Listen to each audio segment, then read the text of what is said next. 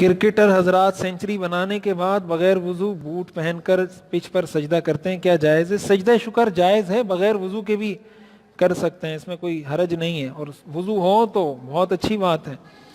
باقی بوٹ پہن کر بھی، بوٹ اگر پاک ہیں تو سجدہ ہو سکتا ہے، اور پاک نہیں ہے تو پھر اس میں سجدہ نہیں کرنا چاہیے۔ اور جو بوٹ پر یا چپل پر جو نجاست لگتی ہے، وہ نجاست دو طرح کی ہوتی ہیں۔ یہ مسئلہ بھی سمجھ لیں، یہ جنازے کی نماز میں بھی عموماً لوگوں کو مسئلہ ہوتا ہے کہ جوتے اتاریں یا جوتے کے اوپر کھڑے ہو جائیں۔ نجاست ایک ہوتی ہے جس نجاست کا جسم ہوتا ہے، جسم والی نجاست ہوتی ہے، جیسے پاخانہ ہے، گوبر ہے، اس طرح کی ایک نجاست ہوتی ہے جیسے پیشاب ہے، جس کا جسم نہیں ہوتا۔ تو اگر جوتے پر کوئی ایسی نجاست لگی ہے جو جسم والی ہے، گوبر، پاخانہ، اس طرح کی کوئی بھی چیز، اس کو اگر زمین پہ رگڑ دیا جائے، خشک ہو جائے، وہ پاک ہو جاتا ہے۔ حدیث میں آتا ہے کہ اس سے وہ جوتا یا اگر چمڑے کا موزہ ہے وہ پاک ہو جائے گا۔ لیکن اگر وہ نجاست ایسی ہے جو جسم والی نہیں ہے، مثال کے طور پر پیشاب لگ گیا، اب اس کو زمین پر رگڑنے سے وہ پاک نہیں ہوگا، اس کو دھونا پڑے گا، تب جا کر وہ جوتا پاک ہوگا۔ اسی لیے کہا جاتا ہے آپ جب جنازے کی نماز پڑھتے ہیں، جب آپ نے جوتے پہنے ہوئے ہیں تو اس کا مطلب یہ آپ کے جسم کے ساتھ متصل ہے، ٹچ ہے، جیسے آپ نے لباس پہنا ہوا ہے۔ تو اگر اس جوتے پر اس طرح کا پیشاب یا ایسی کوئی نجاست بغیر جسم والی لگی ہے تو اس کا مطلب آپ نجاست کے ساتھ نماز جنازہ ادا کر رہے ہیں۔ اسی لیے کہا جاتا ہے کہ جوتے کم از کم اتار کے اوپر کھڑے ہو جائیں، اگر اس کا اوپر والا حصہ پاک ہے تو۔ اگر اوپر والے حصے پر ایسی کوئی نجاست نہیں ہے، لیکن ظاہر ہے یہ یقین کس کو ہوتا ہے کہ اس پہ کوئی ایسی نجاست نہیں لگی، تو اس کا بہتر طریقہ یہ ہوتا ہے کہ جوتے اتار کر نماز پڑھ لی جائے۔ تو جسم والی جو نجاست ہوتی ہے وہ رگڑ سے صاف ہو جاتی ہے، بغیر جسم والی نجاست کو دھونا ضروری ہوتا ہے۔ اسی لیے اس چیز کو دیکھ کے فیصلہ کرنا چاہیے کہ میرے جوتے پاک ہیں یا پاک نہیں ہیں۔ میں ٹیکسی ڈرائیور ہوں، کبھی کبھی شادی حال کی سواری اٹھاتا ہوں، سواری والے مجھے کہتے ہیں کہ آپ بھی ہمارے ساتھ کھانا کھائیں، آیا میرے لیے کھانا کھانا جائز ہے یا نہیں؟ وہ اگر میزبان ہیں اور آپ کو کہہ رہے ہیں تو سبحان اللہ، کھائیں، بہت اچھی بات ہے، مسلمان کی دعوت قبول کریں۔ اور اگر وہ خود مہمان ہیں تو وہ عبداللہ کی شادی میں کیا بولتے ہیں، وہ تو ظاہر ہے اس کے لیے جائز ہی نہیں ہے، وہ آپ کو کیسے دعوت دے رہے؟ دعوت میں نے کی ہوئی ہے 10 بندوں کی، بلا آپ کو وہ رہا ہے کہ آپ بھی آ جائیں۔ بھئی آپ کیوں آ جائیں؟ حدیث میں آتا ہے حضور علیہ الصلوۃ والسلام کی ایک مرتبہ کسی صحابی نے دعوت کی، آپ چل رہے تھے تو آپ کے ساتھ ایک اور صحابی رستے میں ساتھ ہو گئے، آپ جب وہاں تشریف لے کر گئے آپ نے فرمایا تم نے مجھے دعوت دی تھی، میں آ گیا ہوں، ان کو دعوت نہیں دی تھی، یہ ویسے ہی آئیں، اگر آپ کی اجازت ہو تو اندر لے جائیں، اجازت نہ ہو تو ان کو کہیں واپس چلے جائیں۔ انہوں نے کہا نہیں نہیں، ان کو بھی میری طرف سے دعوت ہے، حضور نے فرمایا پھر آ جائیں۔ تو آپ کو اگر اس نے دعوت نہیں دی ہے تو اس طرح تو کھانا جائز ہی نہیں ہے۔ چہل کہف، کیا چہل کہف؟ چہل کہف کی مجھے نہیں پتا، چہل کہف کیا ہوتا پتا ہے کسی کو؟ چہل کہف کس کو کہتا ہے؟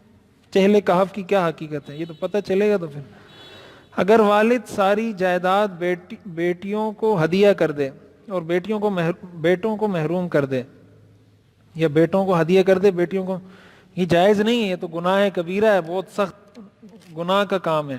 اور اگر ہدیہ اس نے کیا ہے اور ہدیہ کرنے کے بعد قبضہ نہیں دیا، وہ ہدیہ شریعت میں معتبر بھی نہیں ہوتا۔ ہدیہ وہ معتبر ہوتا ہے جس پر قبضہ کر لیا جائے۔ جب تک آپ کوئی کام کسی کو ہینڈ اوور نہیں کرتے زمین میں، ہینڈ اوور کرنے کا مطلب یہ ہوتا ہے کہ اس کو مالکانہ تصرف کی اجازت ہو جائے، کہ چاہے وہ اس کو بیچے، کچھ بھی کرے، جیسے ایک مالک اپنی پراپرٹی میں تصرف کر سکتا ہے اس طرح کا اختیار اگر آپ اس کو دے دیتے ہیں، اس کا مطلب آپ نے اس کو قبضہ دے دیا، اس سے ہدیہ تام ہو جاتا ہے، پھر وہ چیز اس کی ملک ہو جائے گی۔ لیکن اگر آپ نے زبانی ہدیہ کر دیا کہ میری طرف سے ہدیہ ہے اور آپ نے اس کو مالکانہ حقوق نہیں دیے تو وہ ہدیہ ہوتا ہی نہیں ہے، اس کے انتقال کے بعد وہ میراث تقسیم ہوگی جس طرح تقسیم ہونی چاہیے۔ لیکن اگر کوئی اس طرح کرتا ہے اور قبضہ بھی دے دیتا ہے اور بیٹوں کو یا بیٹیوں کو محروم کر دیتا ہے، یہ بالکل ناجائز ہے۔ حدیث میں آتا ہے حضرت نعمان ابن بشیر رضی اللہ تعالیٰ عنہ کے والد تھے حضرت بشیر، حضور کے پاس آئے اور حضور سے فرمایا کہ یہ میں نے اپنا یہ اونٹ اپنے فلاں بیٹے کو دے دیا ہے۔ حضور نے فرمایا کیا تم نے اپنے دوسرے بیٹے کو بھی یہ اونٹ دیا ہے؟ انہوں نے کہا نہیں، میں نے تو اپنے اسی ایک بیٹے کو دیا ہے۔ آپ نے فرمایا ظلم کی بات پہ مجھے گواہ بناتے ہو، ظلم کی بات پہ مجھے گواہ بناتے ہو، ایک بیٹے کو دے رہے ہو دوسرے کو محروم کر رہے ہو، یہ کہاں سے جائز ہے؟ اور یہ بھی یاد رکھیں کہ زندگی میں اگر آپ دے رہے ہیں بیٹوں کو بیٹیوں کو تو ان کا حق برابر ہوتا ہے۔ اس میں مساوات ضروری ہے. جو میراث میں تقسیم ہوتی ہے للذکر مثل حظ الانثیین، یہ موت کے بعد جو میراث کا مسئلہ ہے اس میں ہے. زندگی میں آپ بیٹے کو دے رہے ہیں، بیٹی کو دے رہے ہیں، جس کی جو ضرورت ہے اس کے حساب سے. ہاں کسی کی کوئی ایسی ایکسٹرا ضرورت ہے کہ سارے سمجھتے ہیں کہ یار یہ بیٹا مستحق ہے یا غریب ہے یا فلاں ہے، تو وہ ایک الگ چیز ہے، وہ سارے سمجھ رہے ہوتے ہیں. لیکن ایک برابری کی چیز ہے، پھر ان میں برابری کرنا ضروری ہے. یعنی یہ انصاف کا تقاضا ہے، اگر نہیں کریں گے تو یہ انصاف کے خلاف ہے. باقی کوئی دے گا تو وہ سامنے والا مالک بن جائے گا، ایسا نہیں کہ وہ بنے گا نہیں. اگر دے دیا اور قبضہ بھی دے دیا تو مالک ہو جائے گا. التحیات للہ پڑھتے ہوئے السلام علیک ایھا النبی پڑھتے ہوئے نیت کیا ہونی چاہیے؟ اور السلام علینا وعلی عباد اللہ، اس میں تو نیت کیا نہیں ہونی چاہیے، بس التحیات آپ نے پڑھنی ہے. یہ چیزیں ہیں جس کو حکایت کہا جاتا ہے. یہ جس طرح حکایت ہو گئی ہیں اسی طرح ہم اس کو پڑھ رہے ہیں.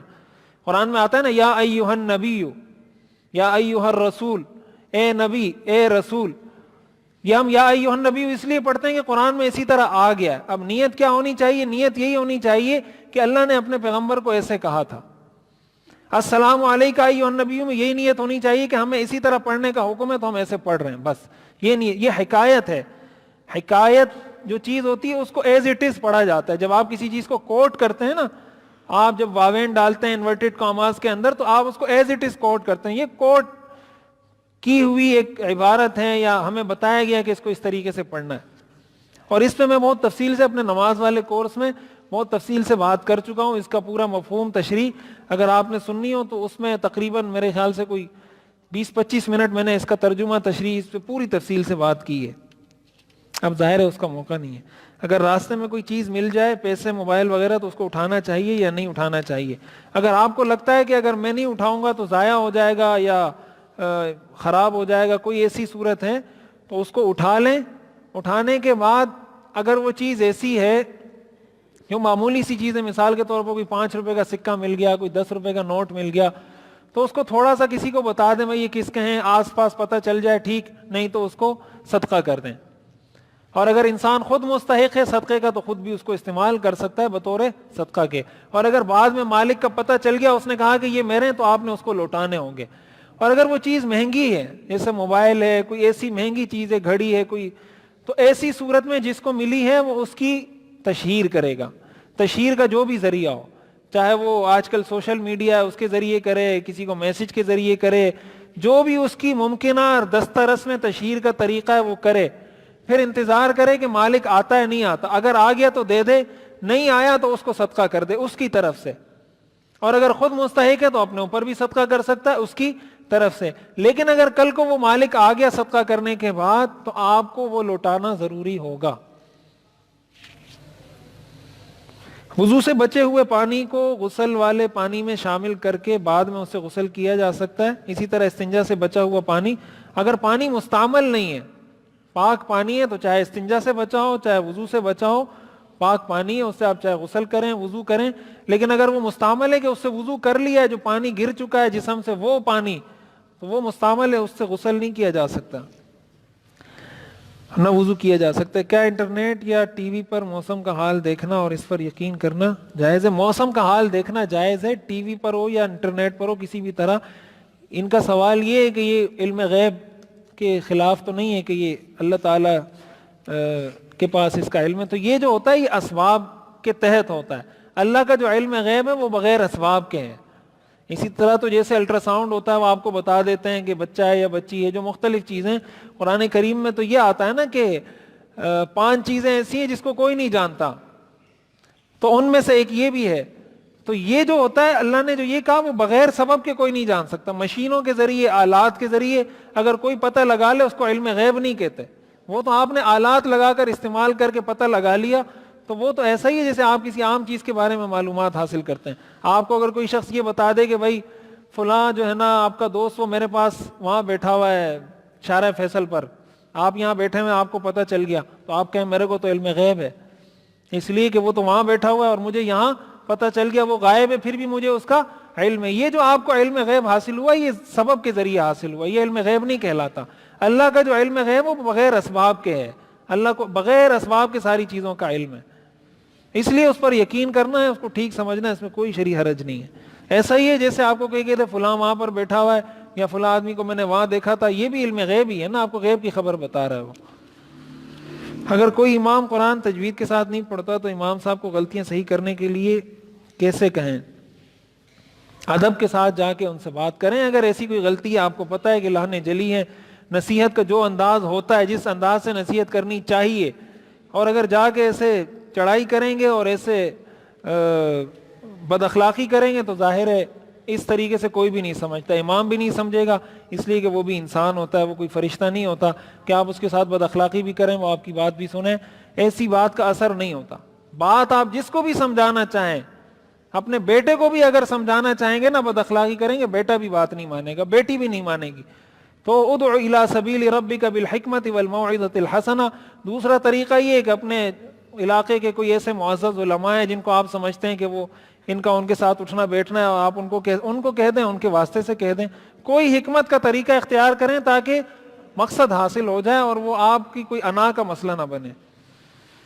دوران اذان بات کرنے والا شخص گناہگار ہوگا؟ گناہ تو نہیں ہے لیکن خلاف ادب ہے، اذان کا جواب دینا چاہیے، حدیث میں اس کا حکم ہے۔ کیا مسلمان اہل کتاب سے نکاح کر سکتے ہیں؟ اہل کتاب سے نکاح کرنے کی اجازت ہے لیکن بشرطے کہ شرک نہ کرتا ہو۔ جب شرک کرتا ہو تو وہ پھر اہل کتاب نہیں رہتے، وہ مشرک ہو جاتے ہیں، اور آج کل ایسا کوئی اہل کتاب موجود نہیں ہے جو شرک نہ کرتا ہو۔ اور پھر اس کے اندر دوسرا بڑا خطرہ یہ بھی ہوتا ہے کہ انسان خود خدا نخواستہ کہیں یہودی یا عیسائی نہ بن جائے، اس لیے یہ نکاح کرنا جائز نہیں ہے۔ اگر کوئی شخص بار بار 5 مرتبہ قسم توڑ دے اور کفارہ بھی ادا نہ کرے، اب وہ کفارہ کس طرح ادا کرے گا؟ کفارہ ہر قسم کا الگ الگ ادا کرے گا، جتنی قسمیں توڑی ہیں سب کا کفارہ ادا کرے گا۔ کتے اور بلیوں کی خرید و فروخت جائز ہے؟ ہاں جائز ہے۔ اگر زمین پر کیچڑ وغیرہ ہو تو نماز جنازہ جوتے پہن کر پڑھ سکتے ہیں؟ یہ میں نے ساری تفصیل بتا دی کہ اگر جوتے آپ کے پاک ہیں تو پھر اس کے اوپر آپ کھڑے ہو جائیں، لیکن آپ کو اگر پتہ ہے کہ کیچڑ ہے اور اس کے اندر بھی ناپاکی ہے تو پھر بہتر یہ کہ جوتے اتاریں، جوتے کے اوپر کھڑے ہو جائیں، پھر پڑھ لیں۔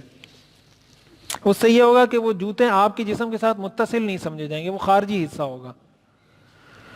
حدیث کی تعداد کتنی ہے یہ تو دیکھ کے بتانی پڑے گی۔ تکافل جائز ہے؟ تکافل جائز ہے، ہمارے جامعۃ الرشید کا فتویٰ تو اس کے بارے میں توقف کا ہے، وہ ابھی تک نہ اس کو جائز کہتے ہیں نہ ناجائز کہتے ہیں، لیکن دارالعلوم کراچی کے حضرات کا اس پر فتویٰ ہے کہ یہ جائز ہے اور اس کی جو پالیسی ہے وہ لی جا سکتی ہے۔ انشورنس کا متبادل ہے تکافل، اسلامی متبادل ہے، دارالعلوم کراچی کے حضرات نے پیش کیا ہے۔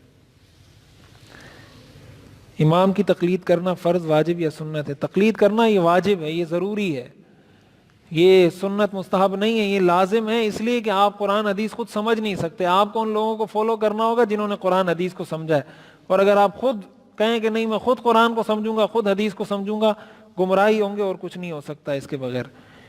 تو ظاہر ہے ہم جب کسی امام کو فالو کر رہے ہوتے ہیں، ہم اس کو نہیں فالو کر رہے ہوتے امام کو، ہم اصل میں قرآن حدیث کو ہی فالو کر رہے ہوتے ہیں۔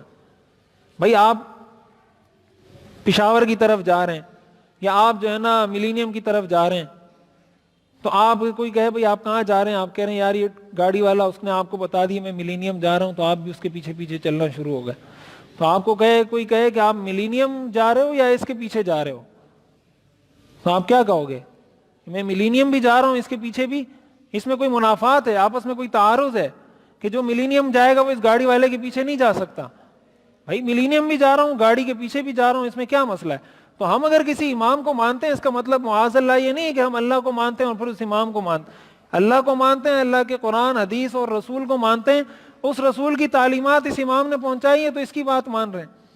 آپ کو اگر میں نے بتا دیا کہ نماز فرض ہے، آپ نماز پڑھنے لگ گئے، تو آپ کو کوئی کہے کہ آپ اس امام کی بات مانتے ہیں یا اللہ کی بات مانتے ہیں؟ بھائی اللہ کی بھی مان رہا ہوں، اس امام کی بھی مان رہا ہوں۔ آپ سے کوئی اگر پوچھے نا آپ کہاں رہتے ہیں، آپ کہتے ہیں میں ڈالمیا میں رہتا ہوں، آپ یہ نہیں کہتے پاکستان میں رہتا ہوں۔ ڈالمیا میں پھر گلی نمبر بھی بتاتے ہیں، آپ کو کوئی کہے کہ آپ پاکستان میں رہتے ہیں تو پھر ڈالمیا کیوں بول رہے ہیں؟ آپ ڈالمیا گلی نمبر 4 مجاہد کالونی یہ کیوں بتا رہے ہیں؟ بس کہیں پاکستان میں رہتا ہوں۔ تو یہ بیوقوفی والی باتیں ہیں کہ یہ امام کو مانتے ہیں اور رسول کو نہیں مانتے، پتہ نہیں کیا کیا باتیں مشہور کی ہوئی ہیں۔ اگر کسی عورت کے پاس 1 تولہ سونا اور 10,000 روپے ہوں، اس پر قربانی اور زکوٰۃ واجب ہوگی؟ اگر صرف 1 تولہ سونا ہو، اگر سونا اور 10,000 روپے ہیں تو قربانی بھی واجب ہے، زکوٰۃ بھی واجب ہے، صدقہ فطر بھی واجب ہے۔ زکوٰۃ فرض ہے، قربانی اور صدقہ فطر واجب ہے۔ بشرطے کہ کوئی قرضہ وغیرہ ایسا نہ ہو جس میں یہ ساری چیزیں ختم ہو جائیں یا نصاب باقی نہ رہے. اور اگر صرف 1 تولہ سونا ہے اور پیسہ 1 روپیہ بھی نہیں ہے تو پھر زکوٰۃ فرض نہیں. پیسہ یا مال تجارت کوئی ایسی چیز نہیں ہے تو انشورنس اسلام میں جائز نہیں ہے, اس کا متبادل وہی تکافل ہے. اگر کسی خاتون کی عمر 65 سال ہو تو کیا وہ اپنی خالہ کے بیٹے کے ساتھ عمرے پر جا سکتی ہے؟ نامحرم کے لیے بغیر محرم کے سفر خاتون کے لیے جائز نہیں ہے, شریعت میں اسے بچنا چاہیے. علماء نے لکھا ہے کہ اگر عورتوں کی ایسی جماعت ہو جس میں بڑی عمر کی خواتین ہو, پورا عورتوں کا ایک گروپ ہو, اس میں اس خاتون کو شامل کر لیا جائے تو بڑی عمر کی خواتین کو بعض علماء اجازت دیتے ہیں اس کی. کوے اور کبوتر کی بیٹ پاک ہے یا ناپاک ہے؟ یا نجاست ہے. نجاست کی 2 قسمیں ہوتی ہیں, نجاست غلیظہ, نجاست خفیفہ. یہ تھوڑا تفصیلی مسئلہ ہے. بہرحال پاک تو نہیں ہے کسی بھی طرح, تو دھونا چاہیے, ضروری ہے. کوئی شخص جدہ سے عمرے کے لیے جا رہا ہو تو احرام کہاں سے باندھے گا؟ جہاں اس کا میقات آئے وہاں سے وہ احرام باندھے گا, اس لیے کہ جدہ یہ حرم سے خارج ہے, تو باہر سے کہیں سے بھی احرام باندھ لے, اس لیے کہ میقات سے تو وہ گزر چکا ہے, تو حرم سے باہر کہیں بھی حل میں باندھ لے تو وہاں جا سکتا ہے. چھوٹی بیٹی کے لیے گفٹ آئے تو بڑی بیٹی وہ استعمال کر سکتی. چھوٹی جو بچیاں یا بچے کا جو تحفہ یا گفٹ یا ہدیہ جو بھی چیز ہوتی ہے اس کی ملکیت ہوتی ہے. والدین کو اس بات کی اجازت نہیں ہوتی کہ وہ کسی اور کو ہدیہ کر دیں, وہ اس کی ملک ہے, اور والدین اس کی طرف سے کسی اور کو دے بھی نہیں سکتے, اس لیے کہ وہ اجازت نہیں دے سکتی. اگر وہ اجازت دے, اس کی اجازت معتبر نہیں ہے شریعت میں, وہ اسی کی ہوگی وہ چیز. اگر کوئی چیز نقد 5 لاکھ کی ہو اور قسطوں پر 8 لاکھ کی ہو تو یہ سود نہیں ہے, جائز ہے. اگر متعین کر دیا جائے کہ یہ چیز میں آپ کو 8 لاکھ کی بیچ رہا ہوں, اور اگر اس کو اس طرح ٹینٹیٹیو رکھا جائے, متردد کے 1 مہینے بعد دو گے تو یہ ہوگا, 2 مہینے طے کر دے بھائی یہ 8 لاکھ کی بیچ رہا ہوں, مجھے 6 سال میں ادائیگی کر دیں, بس ٹھیک ہے. اور اگر یہ مشروط کرتا رہے کہ ایسا ہو تو ایسا, ایسا ہو, تو یہ پھر جائز نہیں ہے. اگر میں کسی شخص سے 2000 کا سوٹ لے کر دوسرے شخص کو 2500 کا دوں, کیا جائز ہے؟ پیسے میرے نہیں, خریدنے والے کے ہوتے ہیں. یہ تو آپ کو بتانا پڑے گا. اگر اس نے آپ کو وکیل بنایا ہے اور آپ اس کو بتا نہیں رہے کہ آپ نے یہ کتنے کا خریدا ہے تو ٹھیک نہیں ہے. آپ اس کو بتائیں, اور پھر جب اس نے آپ کو وکیل بنایا, یہ ہو سکتا ہے آپ اس کو کہیں میں آپ کا وکیل ہوں, مجھے اس کی اجرت دے دیں, میں آپ کے لیے کام کر رہا ہوں, آپ کی مجھے 100 روپے دیں, 200 روپے, 500 روپے. اس طرح مبہم طریقے سے رکھنا یہ جائز نہیں ہے. کیا تبلیغی جماعت میں وقت لگانا فرض ہے؟ فرض نہیں ہے, اپنی اصلاح کے لیے, دوسروں کی اصلاح کے لیے اس میں جانا چاہیے. خیر کا بہت بڑا کام ہے, اللہ تعالیٰ نے بہت بڑا کام لیا ہے, کروڑوں لوگوں کو اللہ تعالیٰ نے اس کے ذریعے ہدایت دی, اس کو اختیار کرنا چاہیے. اپنے بچوں کو, اپنی اولاد کو, اپنے گھر کی خواتین کو اس کے ساتھ جوڑیں, تاکہ جو ہم دین سے اتنا دور ہو چکے ہیں کچھ ہم دین سے جڑیں, اور جس طرح دین بیزاری ہمارے معاشرے میں عام ہو رہی ہے, دین بیزاری ہمارے معاشرے میں ختم ہو. کیا آدمی اپنے سوتیلے بچوں کو زکوٰۃ دے سکتا ہے؟ سوتیلے بچے تو بہت ساری چیزوں پر اس کا اطلاق ہوتا ہے, کہ بیوی کا دوسرا, یہ تفصیل طلب ہے, پورا متعین کر کے بتائیں تو پھر اس کا صحیح پتہ چلے گا. میں ایک صحافی ہوں, مختلف پروگرام میں سیلفی بنانی پڑتی ہے, کیا یہ جائز ہے؟ اور کسی کے خلاف حق اور سچ لکھنا پڑتا ہے, کیا یہ غیبت میں آتا ہے؟ حق اور سچ اگر آپ لکھتے ہیں یہ غیبت میں نہیں آتا ہے, یہ بالکل ٹھیک ہے, لکھ سکتے ہیں. سیلفی بھی ہو کوئی ایسی ضرورت تو کوئی ناجائز نہیں ہے, ایسے فضول سا کام ہے, بچنا چاہیے اس سے.